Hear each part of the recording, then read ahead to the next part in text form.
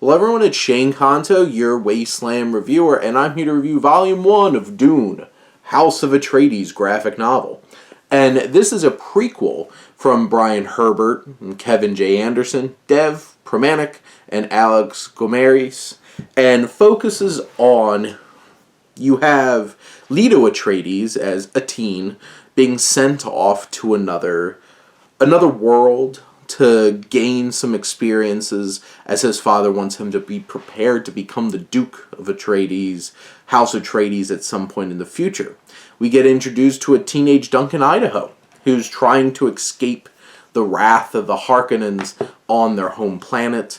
And, of course, we have a murderous plot against the Emperor of all the galaxy, and seeing our look at what Arrakis was really like under the rule of House Harkonnen, or Harkonnen.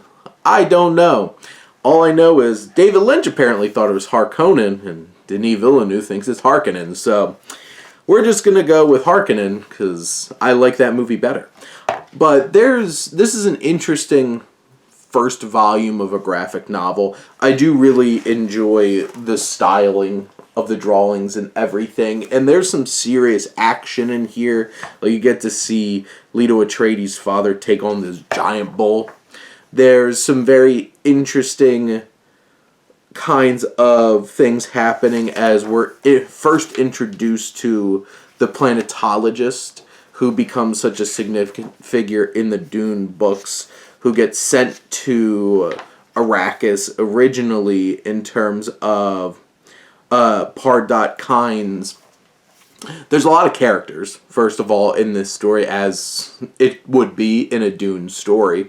There's a lot of different storylines, as it would in a Dune story. So you're bouncing around between them, and you're getting this interesting development between our governor of the Harkonnens and how he's dealing with the group of witches who have all this power in the Dune world. And balancing these different stories, some of them are more interesting than others. Like, some of them, like the Duncan Idaho one, feels like it's the most disconnected from everything, but it's also the most thrilling and exciting, so that's pretty cool. There's definitely, like, the politics going on and stuff like that, especially with the plot on the Emperor, which I feel like that story probably has some of the least amount of, say, progress to it in this first volume. It's taking its time. It's not really doing a ton. You do get some moments throughout, of you get to see the sandworms, you get to see Arrakis, you get to see some Furman.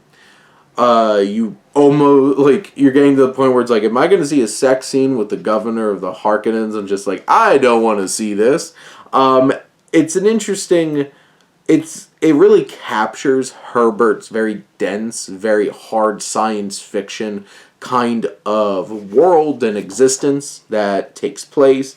It's adding layers. You're looking at all of these, like, chess pieces moving around in terms of how things are going.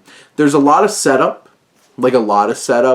I do feel like each of these storylines at least gets put in a place where it has some potential interesting growth moving forward, and some new action and some new perspectives that could come in a volume 2.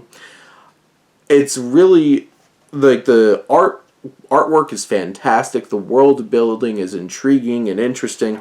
It is complicated. It is complex. You might get lost trying to keep up with all these different characters and everything. But in general, I think this is a pretty cool, engaging, and interesting prequel to the events of Dune. And I think this is an interesting companion piece that could add some layers to the story. And because, especially, like, I haven't read the books in a long time, but, in the film, like, you don't get a ton of Leto Atreides, and now you're getting all these layers. It's also interesting to see, like, Duncan Idaho when he was younger, and how this politicking and backstabbery and all of these different mechanisms have been going for decades, and adds those layers and depth to the story. So this is an interesting one. I thought it was an engaging read and pretty exciting as well. But those are my thoughts on Volume 1 of Dune, House Atreides. Let me know what you think. Let's talk some books. But thank you as always for tuning in and supporting your Wasteland reviewer.